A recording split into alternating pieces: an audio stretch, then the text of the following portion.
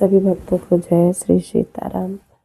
तो भरत जी को माता कौशल्या बहुत परेशान देखते हैं, उन्हें अपनी गोद में बिठा लेती है और ऐसे करते करते पूरी रात बीत जाती है। तो सुबह वामदेव जी और वशिष्ठ जी आते हैं, सभी मंत्रियों को और महाजनों को बुलवाते हैं और भरत जी को उपदेश देते हैं। तो आगे श्रवण करते हैं।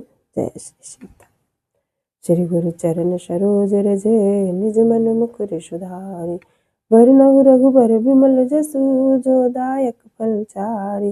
बुद्धिहीन तनु जानिके सुमिरहु पवन कुमार, बल बुद्धि विद्या देहु मही हरहु कलेश विकार। सियावर राम जय जय राम, सियावर राम जय जय राम, सियावर राम जय जय राम। थोड़ा कोल्ड की वजह से थोड़ा गले में दिक्कत हो गई है, तो उसके लिए क्षमा चाहती हूँ। तात हृदय धीरज धरहूँ, करहूँ जो अवसर आज। उठे भरत गुरु बचन सुनी, करन कहु सब काज। सियावर राम जय जय राम, सियावर राम जय जय राम। हे तात, वशिष्ठ जी ने कहा, हे तात हृदय में धीरज धरो, आज और आज जिस कार्य के करने का अवसर है उसे करो। गुरु जी के वचन सुनकर भरत जी उठे और उन्होंने सब तैयारी करने के लिए कहा। नृपतनु भेद विदित हनवावा, परम विचित्र विमानु बनावा। अगहि पद भरत मातु सब राखी, रही रानी दर्शन अभिलाखी।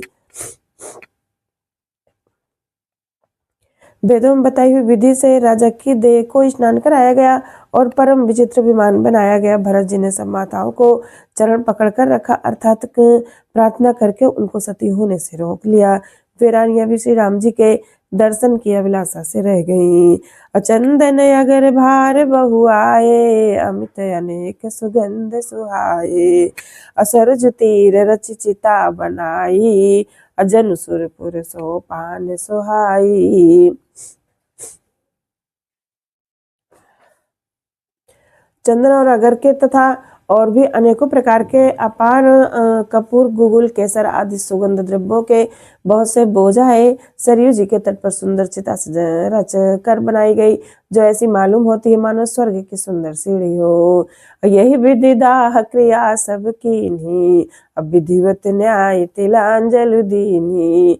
असोधि सुमृति सब वेद पुराना, कीन भरत दस गात विधाना। इस प्रकार सब दाह क्रिया की गई, सबने विधि पूर्वक स्नान करके तिलांजलि दी। फिर वेद, स्मृति और पुराण सबका मत निश्चय करके उसके अनुसार भरत जी ने पिता का 10 गात विधान 10 दिनों के एक कृत्य किया। और जहाँ जस मुनि बर आय सुदीन्हा, तहाँ तस सहज भातु सब कीन्हा। अभय विशुद्ध दिए सब दाना, धेनु बाज गज वाहन नाना। मुनि श्रेष्ठ वशिष्ठ जी ने जहाँ जैसी आज्ञा दी वहां भरत जी ने सब वैसा ही हजारों प्रकार से किया। शुद्ध हो जाने पर विधि पूर्वक सब दान दिए। गवे तथा घोड़े,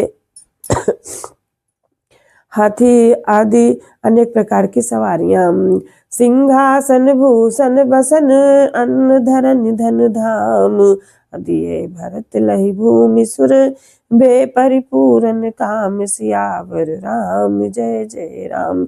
सिंहासन, गहने, कपड़े, अन्न, पृथ्वी, धन और मकान भरत जी ने दिए। भूदेव ब्राह्मण दान पाकर परिपूर्ण काम हो गए, अर्थात उनकी सारी मनोकामनाएं अच्छी तरह से पूरी हो गई।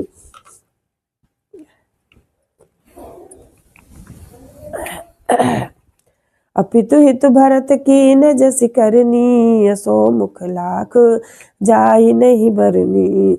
असुदिन सोधि मुनि बर तब आए, असचिव महाजन सकल बुलाए। पिताजी के लिए भरत जी ने जैसी करनी थी वो लाखों मुखों से भी वर्णन नहीं की जा सकती। तब शुभ दिन सोच कर श्रेष्ठ मुनि वशिष्ठ जी आए और उन्होंने मंत्रियों तथा सब महाजनों को बुलवाया। बैठे राजसभा सब जाई, अपठे बोली भरत दो भाई। भरत वशिष्ठ निकट बैठारे, नीति धर्म में वचन उचारे। सब लोग राजसभा में जाकर बैठ गए। तब मुनि ने भरत जी तथा शत्रुघ्न जी दोनों भाइयों को बुलवाया। भरत जी को वशिष्ठ जी ने अपने पास बिठा लिया और नीति तथा धर्म से भरे हुए वचन कहे। अप्रथम कथा सब मुनि बर बरनी, कहे कहे कुटिल कीन जैसी करनी। भूप धर्म व्रत सत्य सराहा, जेहि तनु परिहर प्रेम निभाहा। पहले तो कहीं ने जैसी कुटिल करनी की थी, मुनि श्रेष्ठ ने वो सारी कथा कही। फिर राजा के धर्म व्रत और सत्य की सराहना की, जिन्होंने शरीर त्याग कर प्रेम को निभाहा।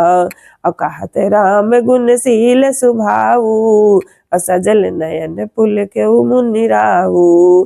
बहुरी लखन से प्रीति बखानी, अशोक स्नेह मगन मुनि ज्ञानी। श्री रामचंद्र जी के गुण शील और स्वभाव का वर्णन करते करते तो मुनिराज के नेत्रों में जल भर आया और वे शरीर से पुलकित हो गए। फिर लक्ष्मण जी और सीता जी के प्रेम की बड़ाई करते हुए ज्ञानी मुनि शोक और स्नेह में मग्न हो गए। असुनौ भरत भावी प्रबल, बिलख कहो मुनिनाथ। हानि लाभ जीवन मरनु, जस अप जसु विधि हाथ।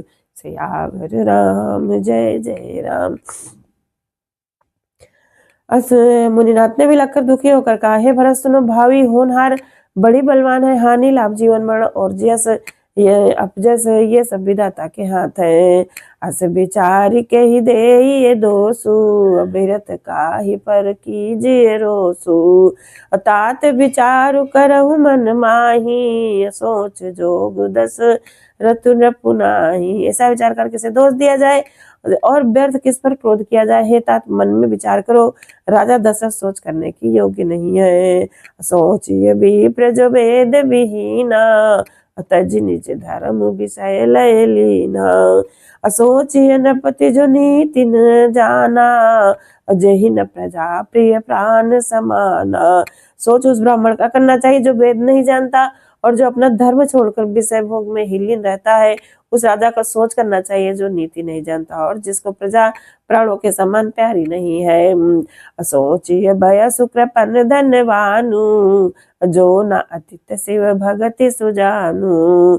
सोचिए शूद्र विप्र अवमानी, मुखुर मान प्रिय ज्ञान गुमानी।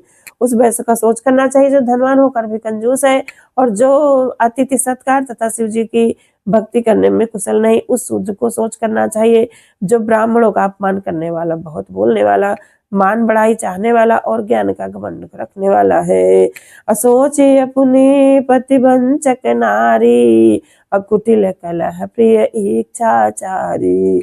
असोचे बटु निज व्रत परिहरई, जो नहीं गुरु आयसु अनुसरई।